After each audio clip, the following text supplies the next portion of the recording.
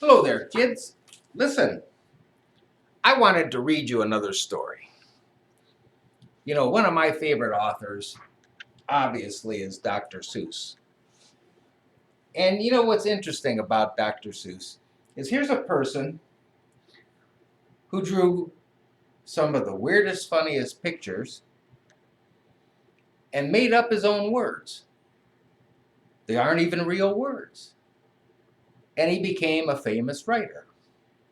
Now, we're taught if you're going to write, you have to write in a proper way.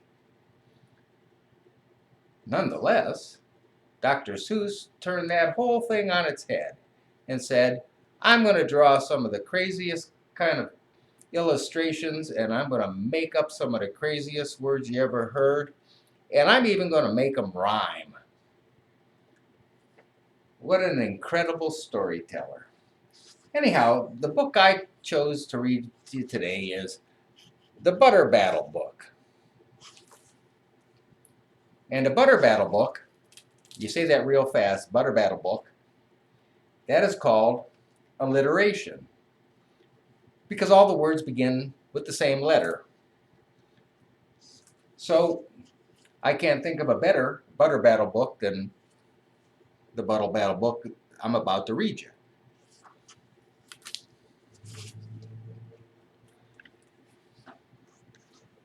On the last day of summer, 10 hours before fall,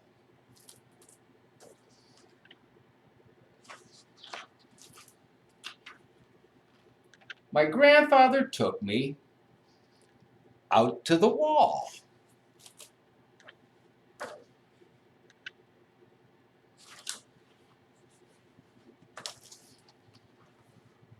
For a while he stood silent, then finally he said, with a very sad shake of his very old head, as you know, on this side of the wall we are Ukes. On the far other side of this wall live the Zukes. Then my grandfather said, it's high time that you knew of the terribly horrible things that Zukes do. In every Zook house, in every Zook town, every Zook eats his bread with the butter side down.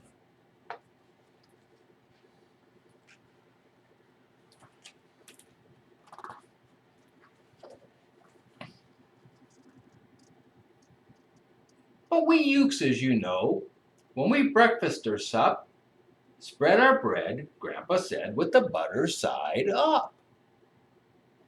That's the right honest way, Grandpa gritted his teeth. So you can't trust a Zook who spreads butter underneath. Every Zook must be watched. He has kinks in his soul. That's why as a youth I made watching my goal, watching Zooks from the Zook, watching Border Patrol.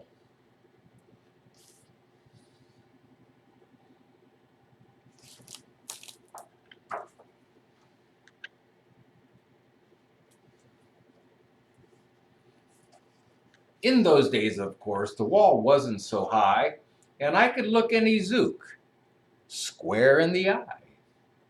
If he dared to come close, I could give him a twitch with my tongue-tufted prickly snickberry switch.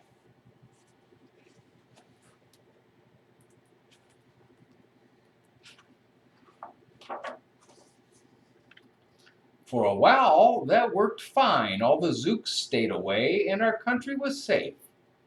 And then one terrible day, a very rude Zook by the name of Van Itch snuck up and slingshotted my snickberry switch.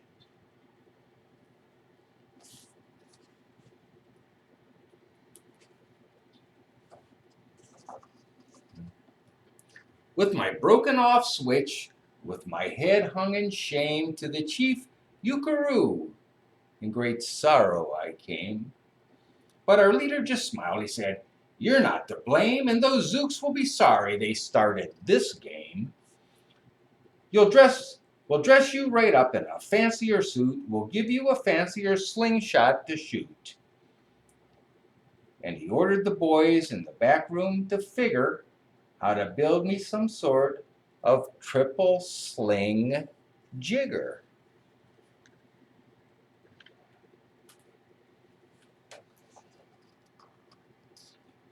Then, with my triple sling jigger, I sure felt much bigger. I marched to the wall with great vim and great vigor, right up to Vantage with my hand on the trigger. I'll have no more nonsense, I said with a frown, from Zukes who eat bread with their butter side down. Vantage quite sickly, he ran off quite quickly.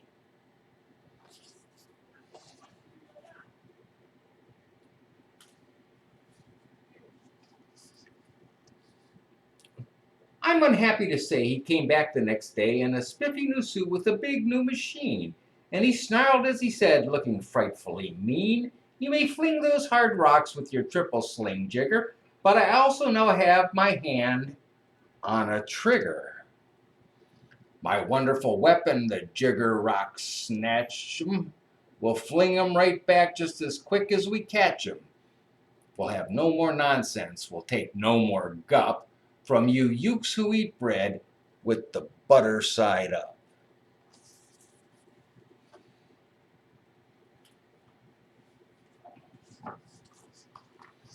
"I have failed, sir," I sobbed as I made my report to the chief Ukarul in the headquarter fort. He just laughed. "You've done nothing at all of the sort. Our slingshots have failed. That was old-fashioned stuff. Slingshots, dear boy, are not modern enough. We all need is some newfangled kind of gun. My boys in the back room have already begun to think up a walloping whiz-zinger one. My bright boys are thinking they're on the right track.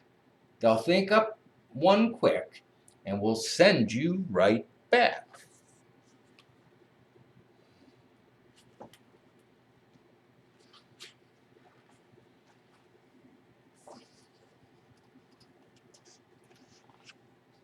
They thought up a great one.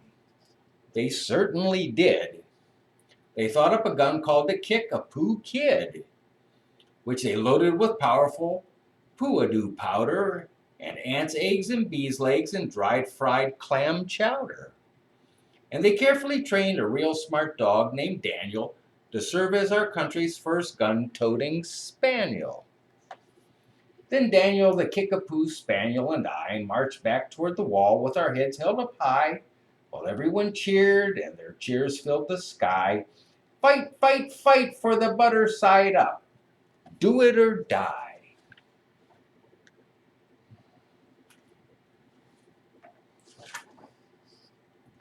Well, we didn't do, and we didn't quite die, but we sure did get worsted, poor Daniel and I. Vantage was there too, and he said, "The old pig, the boys in my back room invented this rig, called the 8-nozzled elephant toted boom Blitz. It shoots high explosive sour cherry stone pits, and will put your dumb Kickapoo kid on the fritz." Poor Daniel and I were scared out of our wits.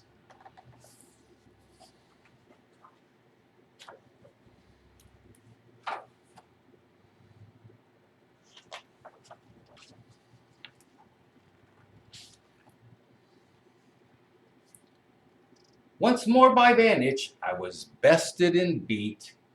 Once again, I limped home from the wall in defeat. I dragged and I sagged, and my spirit was low as I thought they ever could go, when I heard a boom-da and a diddle-dee-dill, and our butter-up band marched up the hill. The chief Ukarul had sent them to meet me, along with the right side up song girls to greet me, and they sang, "Oh, be faithful, believe in thy butter," and they lifted my spirits right out of the gutter.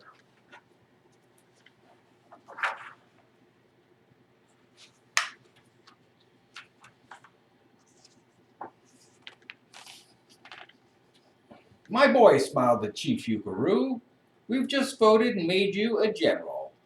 You've been promoted, your pretty new uniform's ready, get in it. The big war is coming, you're going to begin it.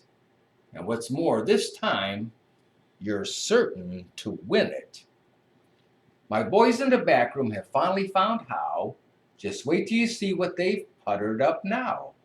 In their great new machine, you'll fly over the wall and clobber those buttered down Zukes once and for all.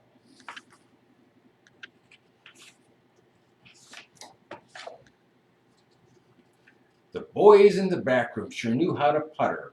They made me a thing called the utterly sputter, and I jumped aboard with my heart all aflutter and steered toward the land of the upside down butter.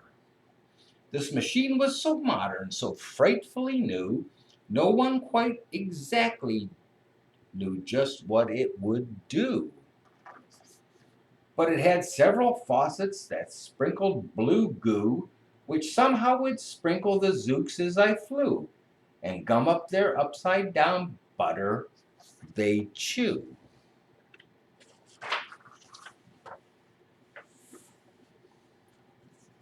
I was racing pell-mell when I heard a voice yell, "If you sprinkle us, Zukes, you'll get sprinkled as well." Vantage had a sputter exactly like mine, and he yelled, "My blue gooer is working just fine, and I'm here to say that if you Zukes can goo Zukes, you better forget it, 'cause Zukes can goo Ukes."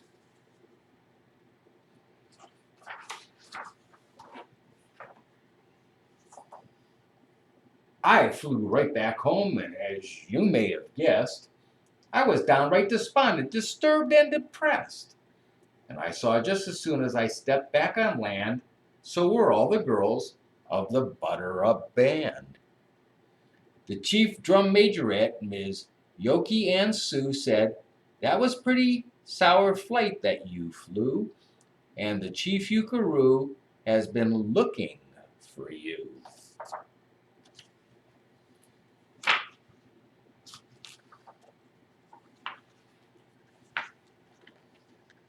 I raced to his office.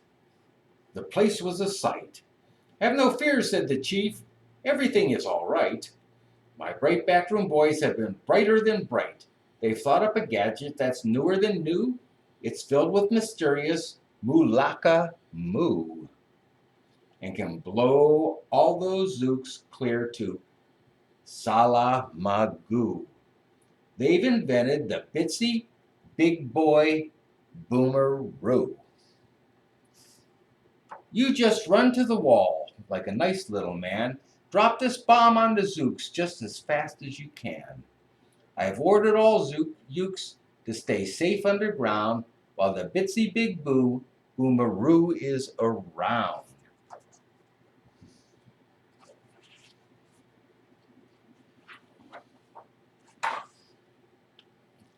As I raced for the wall, with the bomb in my hand, I noticed that every last Uke in our land was obeying our chief Ukaroo's grim command. They were all bravely marching with banners aflutter down a hole for their country and right side up butter.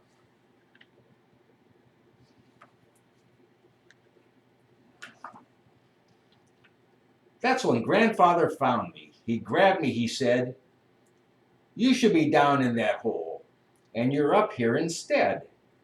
Perhaps this is all for the better somehow.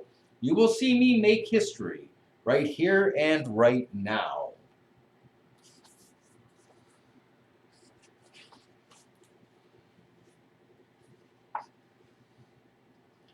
Grandpa leapt up that wall with a lopulous leap, and he cleared his hoarse throat with a bopulous beep. He screamed, "Here's the end of that terrible town, full of Zooks who eat bread with the butter side down." And at that very instant, we heard a clop clop of feet on the wall, and old Vanich clopped up.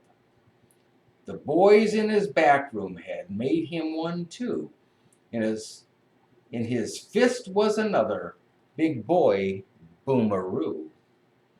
"I'll blow you," he yelled, into pork and wee beans. I'll butter side up you to small smithereens.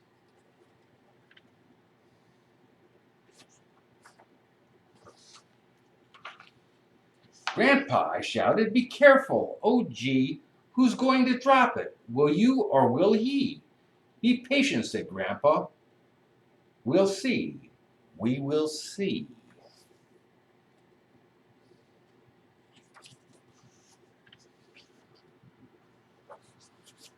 The end.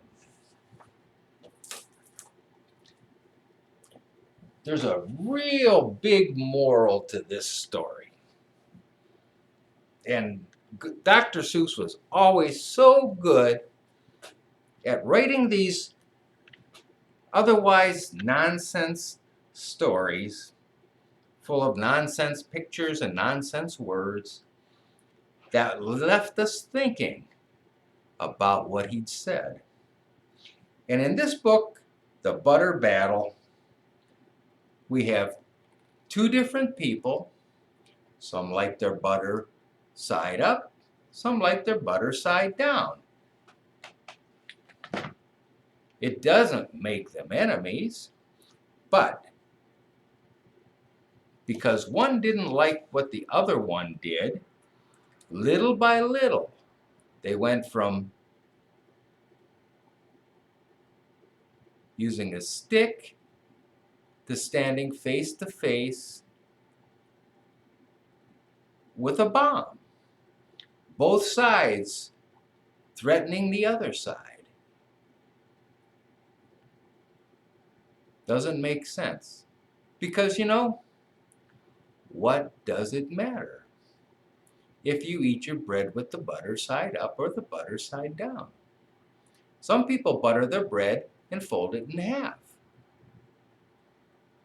Everybody is allowed to eat their bread any way they would like.